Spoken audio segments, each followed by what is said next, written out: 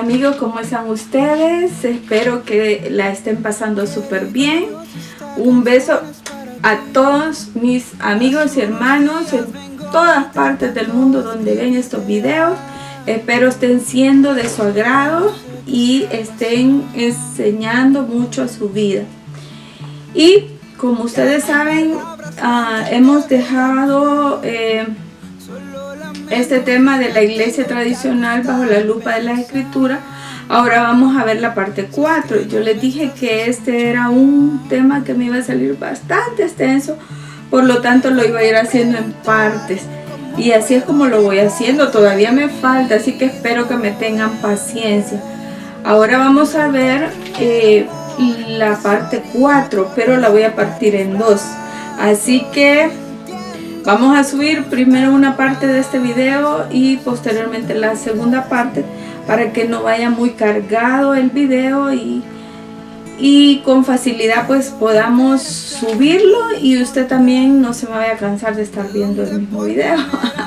No me le vaya a dar sueño. Así que en esta ocasión vamos a hablar un poquito sobre la Iglesia Católica Romana, que enseña sobre el Papa, y lo que ella nos enseña es que él es la cabeza suprema de la iglesia en la tierra. Así que vamos a hablar del Papa. No estoy diciendo que voy a hablar en mal del Papa, solo vamos a ver a la luz de las escrituras qué nos dice sobre esto.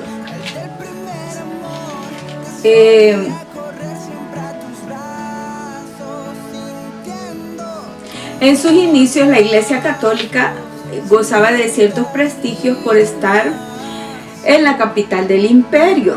Por lo tanto, gozaba del respaldo del emperador Constantino, como ya nosotros lo hemos hablado en el primer video. Si usted no lo ha visto, busque la parte 1 y ahí pues va a conocer un poco sobre Constantino, que fue el fundador de la Iglesia Católica Romana. Sin embargo, cuando la Iglesia pasó a Constantinopla, se vieron en la necesidad de buscar otro cimiento que justificara su enseñanza y asumiera la autoridad sobre las demás iglesias. De esa manera es que nace la doctrina de la sucesión y autoridad por la línea directa de Pedro. Todo esto lo vamos a ir viendo a la luz de las escrituras. Vamos a ver qué nos dice la escritura al respecto. Vamos a ver qué es lo que la Iglesia Católica enseña a sus feligreses. En primer lugar, que Pedro recibió las llaves del reino de Dios y con esto se convirtió en el vicario de Cristo. ¿Qué significa vicario? Usted ha oído mucho esa palabra, y usted mismo, amigo católico, usted dice, el Papa es el vicario de Cristo. ¿Sabe usted qué significa vicario? Pues vicario viene de la palabra latina vicarius, que significa en lugar de, el que hace las veces de otro. Eso es vicario. Y para la Iglesia Católica, el vicario es la máxima autoridad, el que tiene más alto rango en la iglesia. Y a este personaje se le ve como si fuera el mismo Dios. Esta creencia surge sobre lo que es la sucesión de Pedro. Las personas, al tener enfrente este personaje, o sea, el Papa, cuando las personas están frente al Papa, ellos sienten como que estuvieran frente al mismo Dios. Incluso ellos buscan besarle el anillo, besarle la mano. Para ellos es un privilegio que el Papa los toque. Las personas se sienten tan emocionadas que incluso frente a él hasta lloran. Y cualquier lugar donde él va, y en cualquier lugar donde él viaje para visitar cualquier país, personas de otros países viajan a ese país para poder estar en una homilía del Papa o intentar verlo de cerca o por lo menos de lejos, y no importando cuánto eso les cueste. Así que vemos cómo el Papa es importante para las personas de la religión católica. En este momento ya muchas personas están en el país de Panamá, donde los feligreses de la Iglesia Católica están ya esperando reencontrarse con el Papa, y ellos van muy emocionados, muy contentos, porque lo van a ir a ver a su máxima autoridad. Sin embargo, según la Biblia, el verdadero vicario de Cristo no es Pedro, no es el Papa, sino el Espíritu Santo. ¿Cómo le parece? Como diría alguien por ahí, ¿cómo le queda el ojo? Nada que ver con hombres ni con personas, sino es el Espíritu Santo. ¿Y esto de dónde lo sacamos? De la palabra de Dios. ¿Por qué el Espíritu Santo? Esto tiene sentido. Porque el Espíritu Santo es el único Dios, porque el Espíritu Santo es el Espíritu Santo de Dios. Y es el único que tiene todas las características, cualidades, la autoridad y el poder de Dios para tomar el lugar de Jesús. Así que decíamos que vicario es el que toma el lugar de otra persona. Y entonces no es el Papa que usted conoce, que en este momento es el Papa Francisco, ni ningún Papa, ni ningún ser humano, porque esto no tiene nada que ver con seres humanos, y ya lo vamos a ver a la luz de la palabra. El único que puede tomar el lugar de, o sea, el verdadero vicario, es el Espíritu Santo. Y así lo dijo nuestro Señor Jesucristo. ¿Por qué? Porque el Espíritu Santo es el que ha venido a enseñar, a guiar, a reprender, a consolar, a dirigirnos. El Espíritu Santo, Jesús, como ya les decía, lo dejó como su representante en la tierra. Y así lo dijo en Juan 14, del 15 al 16. Si me amáis, guardad mis mandamientos. Y yo, dice, rogaré al Padre y os dará otro consolador, para que esté con vosotros para siempre, el Espíritu de verdad, al cual el mundo no puede recibir porque no lo ve ni lo conoce, pero vosotros lo conocéis, porque vive con vosotros y en vosotros. Él estará en vosotros, en nosotros. Entonces, ¿cómo el Papa va a estar con nosotros y en nosotros? Esa es una característica solo de Dios. Solo Dios puede estar dentro de nosotros. De ahí nadie más, ningún ser humano puede tomar el lugar de Cristo. En Juan 14, 16 dice, pero el Consolador, el Espíritu Santo, a quien el Padre enviará en mi nombre, Él os enseñará todas las cosas y os recordará todo lo que yo he dicho.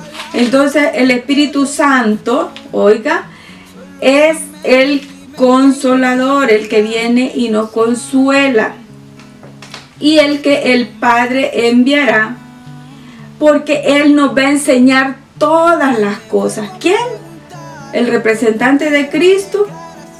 ¿El Papa Francisco? ¿O el Juan Pablo II? No. El Espíritu Santo, dice aquí en Juan 14, 26. También en Juan 15, 26 dice, pero cuando venga el Consolador, refiriéndose al Espíritu Santo, a quien yo, dijo Jesús, yo enviaré del Padre, el Espíritu de verdad, el cual procede del Padre. El Papa Francisco ni ningún Papa proceden del Padre, sino el Espíritu Santo. ¿Y qué va a hacer el Espíritu Santo? Él nos dará testimonio acerca de Jesús, porque dice, y Él dará testimonio acerca de mí. ¿Esto dónde lo dice? En Juan capítulo 15, 26. Véalo en su Biblia, amigo católico, usted que tiene su Biblia, esto también está en su Biblia, usted búsquelo ahí y usted ahí lo encontrará. Entonces, ¿quién nos va a dar testimonio de Jesús? El Espíritu Santo. ¿Por qué? Porque Él es el Espíritu Santo de Dios. En Juan capítulo 16, versículo 7 dice, pero yo os digo la verdad. Pero yo os digo, la verdad os conviene que yo me vaya, dijo Jesús. Si no me voy, el Consolador no vendrá a vosotros, pero si me voy, os lo enviaré. Así que hasta conveniente para nosotros es que Jesús se fuera, porque era necesario que el Espíritu Santo viniera, porque el Espíritu Santo iba a venir para cumplir ciertas funciones en lugar de Cristo. Cristo les enseñaba, Cristo los consolaba, Cristo los exhortaba, pero Jesús físicamente no iba a poder abarcar todo el globo terráqueo, sino que porque Él era humano y su humanidad limitaba que pudiera llegar hasta los confines del mundo, pero a través del Espíritu Santo sí podemos llegar. Así que sí puede llegar, que diga la palabra de Dios, y pues a través de nosotros sus siervos. Así que cuando usted oiga hablar de vicario y que vicario significa en lugar de, y en este caso ellos dicen que es el vicario de Cristo, o sea que el que Cristo dejó en lugar de Él, es una mentira, ¿verdad? Yo sé que esto no le va a gustar a algunos de mis amigos católicos, pero no se enojen conmigo, por favor. Váyanse a la palabra de Dios, y si con alguien tienen que enojarse, con el Señor, porque su palabra lo dice. Si para ustedes tiene algún valor la palabra de Dios, entonces crean a la palabra. No creamos a las mentiras de Satanás, no creamos a la voz de hombre. La Biblia dice, maldito el hombre que confía en el hombre. Yo tengo que confiar solamente en Dios, y a través de su palabra es donde yo me voy dando cuenta si en la iglesia donde yo estoy asistiendo es correcta, si la doctrina es correcta, si lo que me enseñan es correcto. Pero acá no estamos para estar diciendo que esta iglesia es mala, ni que lo que están haciendo es malo, sino sacando a la luz de las escrituras. ¿Qué me dice la escritura con respecto a esto? Siguiendo con lo que la iglesia católica les enseña a sus feligreses, es que Pedro es su representante en la tierra y el jefe supremo del cristianismo. Que Pedro también fue el fundador de la iglesia católica romana y le entregó a su sucesor las llaves, o sea, a un papa, a otro papa. Que desde Pedro no había una sucesión divina que ha recibido y transmitido la autoridad que Cristo dio a Pedro. Perdón. Déjenme contarles que la confesión de Pedro de Mateo 16 es una confesión verdadera que da paso a la iglesia cristiana universal. Pero oiga bien que estoy diciendo iglesia cristiana universal, la iglesia que fundó precisamente nuestro Señor Jesucristo. No estamos hablando de la iglesia católica, y que da paso al nacimiento de esta iglesia cristiana. Así que en Mateo 16, que es donde mis amigos católicos toman esa parte de las escrituras y dicen que Pedro fue el primer papa y que el que el Señor designó para esto, vamos a ver qué dice la escritura. Viniendo Jesús a la región de Cesarea de Filipo, preguntó a sus discípulos diciendo, ¿quién dicen que es el Hijo del Hombre? Ellos dijeron, Unos dicen que tú eres Juan el Bautista, otros dicen que tú eres Elías, otros Jeremías o algunos de los profetas. Y él les dijo, ¿y vosotros quién decís que sois? En el versículo 16 de este mismo capítulo de Mateo 16, respondió Simón Pedro y dijo, tú eres el Cristo, el Hijo del Dios viviente. Fue una revelación del Padre, porque Jesús le dijo, entonces respondió Jesús, bienaventurado eres Simón, hijo de Jonás, porque no te lo reveló carne ni sangre, sino mi Padre que está en los cielos. Y le dijo también, y yo también te digo que tú eres Pedro, y sobre esta roca edificaré mi iglesia, y las puertas del Hades no prevalecerán contra ella. Hay un juego de palabras que vamos a explicar para que no quede ninguna confusión. Así que, volviendo al capítulo 16, tomando los versículos del 16 al 18, el Señor estaba indagando qué decían los demás y les preguntaba a sus discípulos. Y unos les decían que, algunos decían que era Juan el Bautista, otros que Elías, otros que Jeremías, otros que... Pero a quien se le reveló quién era realmente Cristo, porque cuando Jesús les dijo, ¿y ustedes quién dicen que soy yo? Jesús les dijo, Pedro dijo, tú eres el Cristo, el Hijo del Dios viviente. ¿Qué significa Cristo? Cristo significa el ungido. Esa revelación que Jesús era el ungido, Dios se lo reveló. Por eso le dijo, bienaventurado eres porque no te lo reveló carne ni sangre, sino mi Padre que está en los cielos, ¿verdad? Y también en el versículo 18 dice, y te digo, tú eres Pedro, y sobre esta roca, o sea, le dice, tú eres Pedro, y sobre esta roca, que soy yo, edificaré mi iglesia, y las puertas del Hades no prevalecerán. Veamos, les decía que debemos aclarar que al leer este versículo 18 encontramos un juego de palabras. Y cuando usted busca en el griego la palabra Pedro, que el mismo Señor le había cambiado el nombre porque antes se llamaba Simón y luego el Señor le pone Pedro, en griego es Petros, que significa piedra pequeña. Así que hoy ya sabe usted que Pedro en griego es Petros, que significa piedra pequeña. En cambio, Petra en griego es una peña o una roca grande. Así que le dijo, mira Pedro, tú eres una roca pequeña y sobre mí, que soy la peña, que soy la roca grande, tú vas a fundar mi iglesia. ¿Sobre qué? ¿Sobre qué en realidad?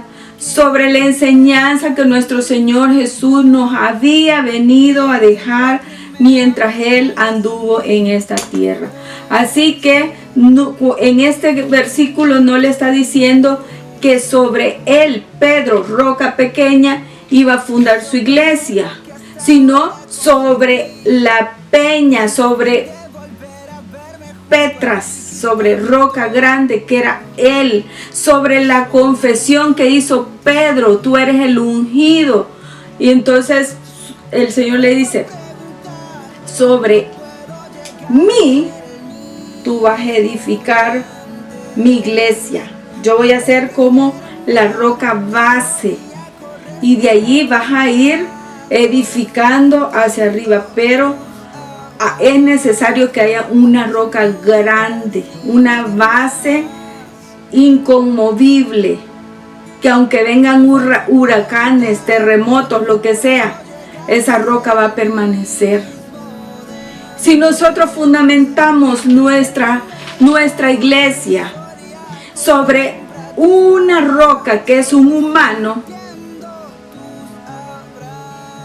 Si hay tempestad, eso no va a prevalecer. Ellos son humanos, se mueren, tienen pecados. No crea que porque usted ve al Papa así, vestido de blanquito y todo, él no tiene pecados. Todos somos pecadores. No hay ni uno bueno, dice la palabra de Dios. No hay nadie. Yo sé que a algunos de mis amigos les puede estar doliendo esto que estoy diciendo, pero como les digo, lo dice la palabra, no lo digo yo. Todos somos pecadores. Cuando el joven rico se le acerca a nuestro Señor, le dice, Maestro bueno. Imagínense, y él era Dios, el Hijo de Dios. Jesús era el Hijo de Dios. Era Dios y sin pecado. Y él le dice, Maestro bueno, ¿qué hago para ganarme, para entrar al reino de los cielos? El Señor le dice, ¿por qué me llama bueno? Si bueno solo es mi Padre.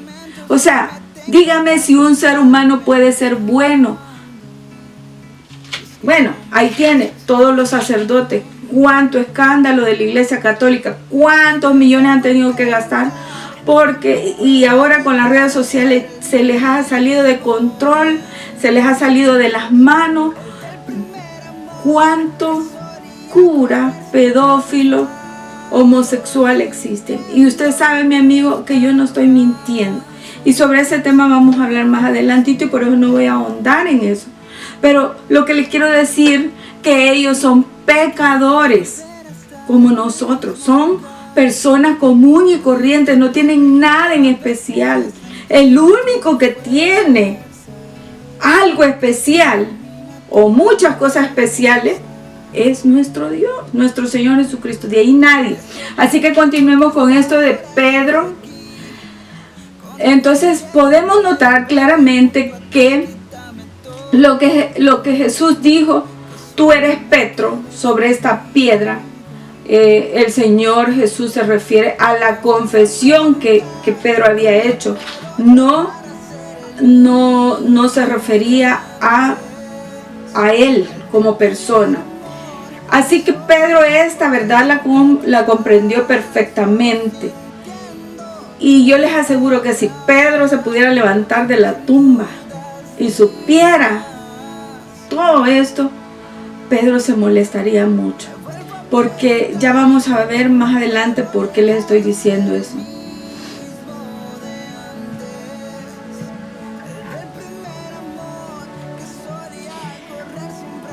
Pedro comprendió perfectamente esto y lo vamos a ver aquí en Primera de Pedro capítulo 2 versículos del 4 al 8.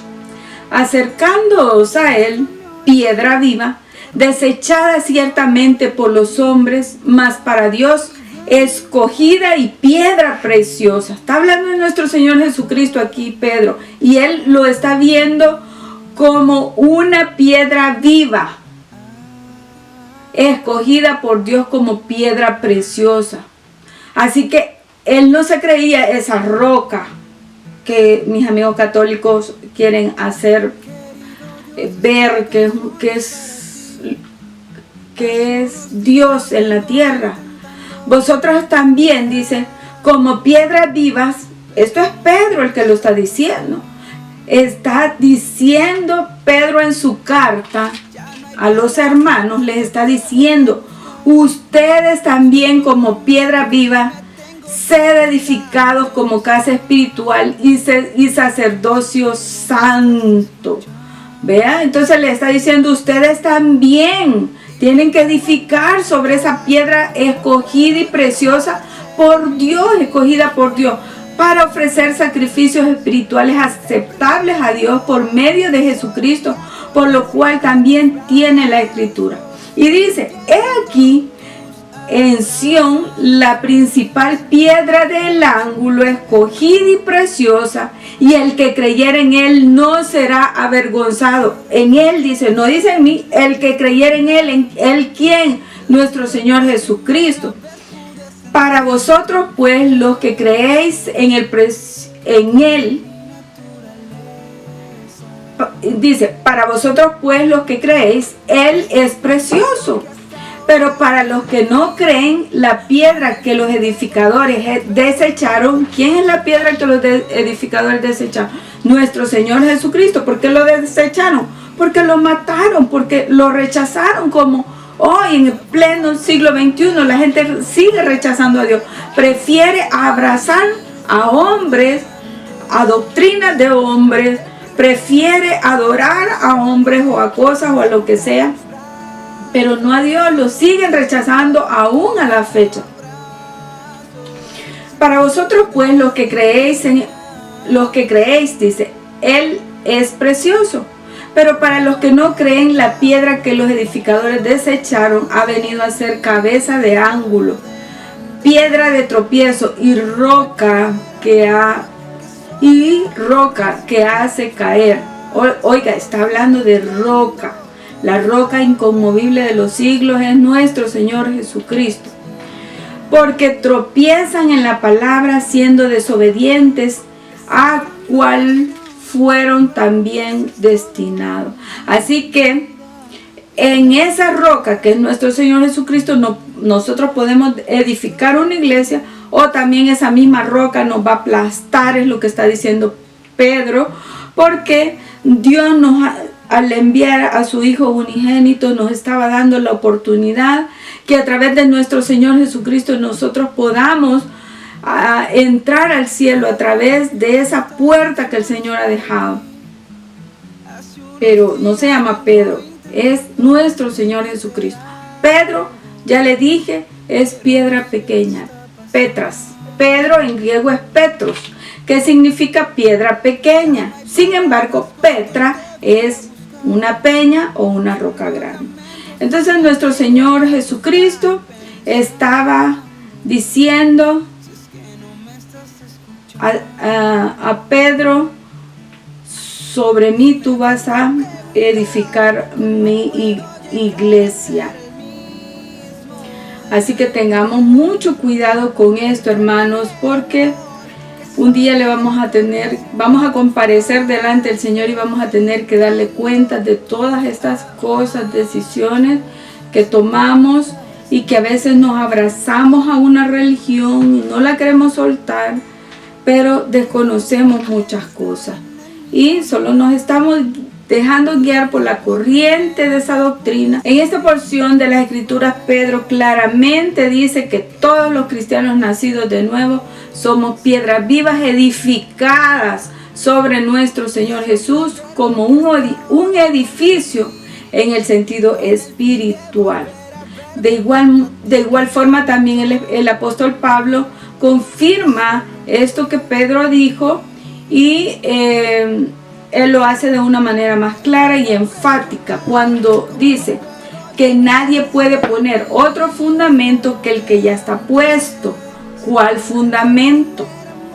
Pues vamos a leerlo aquí en los versículos. En 1 Corintios capítulo 3 versículo 11 dice: porque nadie puede poner otro fundamento que el que está puesto, el cual es Jesucristo. Entonces, ¿cuál es el fundamento? ¿Pedro? No.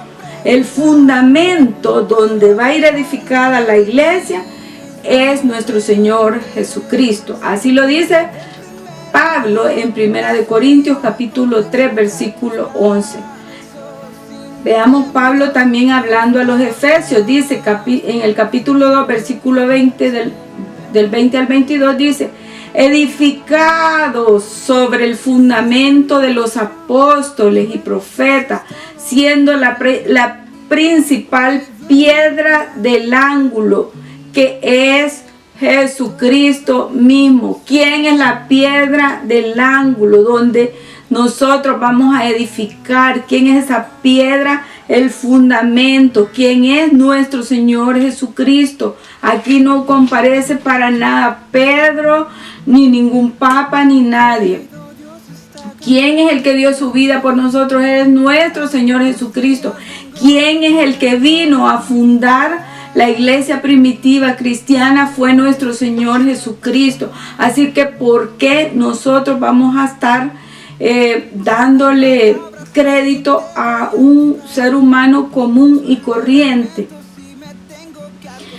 Y si alguien quedó en lugar de nuestro Señor Jesucristo, ya lo leíamos, que fue es el Espíritu Santo que todavía está acá en la tierra y se mueve en nuestras vidas, y el que ha venido a guiarnos a toda verdad, dice la palabra de Dios. En Efesios capítulo 2, versículos 20 a 22, leíamos que Él es el fundamento donde los profetas y apóstoles edifican, ¿verdad?, sobre esta piedra, en quien todo el edificio bien coordinado va creciendo para ser un templo santo en el Señor. Así que Él es la base, Él es el fundamento, y nosotros en Él vamos edificando y vamos haciendo que ese edificio crezca. Otro dato importante a resaltar es que, según se puede apreciar en las Escrituras, Pedro nunca estuvo en Roma. Mire, quien fue enviado a los gentiles fue Pablo, no fue Pedro. Pedro, al parecer, no salió mucho de Jerusalén porque él había sido llamado a estar sirviendo allí en Jerusalén, en su pueblo, en Israel. El que fue llamado como apóstol, el último apóstol que el Señor llamó, y Pablo lo dice como un abortivo, que ni me siento merecedor de llamarme apóstol. El Señor lo llamó para ir a los gentiles. Así que esta es otra mentira de que Pedro fue el primer pastor de Roma. Si Pedro ni fue a Roma. Esto se afirma por la sencilla razón que Pablo, en su carta a los Romanos capítulo 16, envía saludos y hace una gran lista a los hermanos de la iglesia de Roma, pero no menciona por ningún lugar a Pedro. Y por deducción lógica entendemos que Pedro no era parte de la iglesia. A las personas y la sede de la iglesia primitiva se encontraba en Jerusalén, y ahí tampoco dice de que Pedro era el pastor, sino que el pastor de Jerusalén era Jacobo. Así que, mis hermanos, aquí sí que se entra en una contradicción con la palabra de Dios, lo que a mis amigos católicos me les han enseñado. Quien ha leído la Biblia sabe que Pedro jamás procuró para sí un título o un puesto de preeminencia. En ningún momento se consideró el jefe supremo de la iglesia, mucho menos permitía que la gente se postrara ante él. Y vamos a ver que Pedro no permitía ser adorado. En Hechos capítulo 10, versículos del 25 al 26. Cuando Pedro entró, salió Cornelio a recibirle. Y postrándose a sus pies, ¿quién? Cornelio se postró a los pies de Pedro y lo adoró, dice. Mas Pedro le dijo: levántate, levántate, pues yo mismo también soy hombre. Él no permitió de ninguna manera de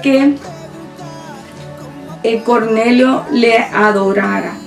Así que vemos que ahora el Papa, él recibe adoración y a él hasta le gusta, ¿verdad? La gente quiere tocarlo y hasta lo llevan en carros blindados. Mire, no puede ser, él no puede ser el vicario de Cristo, porque nada que ver con Cristo, el Papa, ¿sí? Porque mientras que Jesús entra en un pollino a Jerusalén, cuando él iba ahí a adorar al templo, a la Pascua, y luego pues que ya lo iban a arrestar, él entró en un pollino. Comparemos. Los papas en la historia, nada que ver con Jesús. Veamos, al Papa versus Cristo, Jesucristo. El Papa usa una corona de 3 niveles valorado en 1.300.000 aproximadamente de dólares. Él anda puesta esa corona de oro en su cabeza. Y sabe, Jesucristo nunca usó corona mientras anduvo acá. ¿Sabe qué usaba? Bueno, no usó nada. No tenía ni dónde recostar su cabeza, dice. La única corona que se vio que él utilizó fue la corona de espinas, según Juan 19:2. El Papa afirma ser la cabeza de todos los reinos terrenales. Jesucristo dijo: mi reino no es de este mundo. Eso lo puede buscar en Juan 18:36. Su reino no se origina en la tierra, sino en el cielo. Se extiende a todas las instituciones, incluyendo la iglesia. Así que el Papa dice que él es el cabeza de todos los reinos. Y Jesús ni tan siquiera reino tenía aquí. Y su reino dijo que no era de este mundo. El Papa está atendido por sirvientes y vive en máxima y extrema riqueza y lujo. Vive en un palacio llamado el Vaticano. Jesucristo vino para servir y sufrir y no tuvo un lugar donde reclinar su cabeza. Eso búsquelo en Mateo capítulo 8 versículo 20. Así que Jesús tenía al parecer una sola túnica. No tenía una casa donde quedarse, se andaba quedando así, donde amigos, hermanos. Y no tenía quien le sirviera. El Papa usa trajes y ornamentos carísimos. Jesucristo vistió como un humilde campesino. El Papa y muchos papas, especialmente en la Edad Media, vivieron en flagrante inmoralidad. Jesucristo vivió una vida perfecta y sin pecado.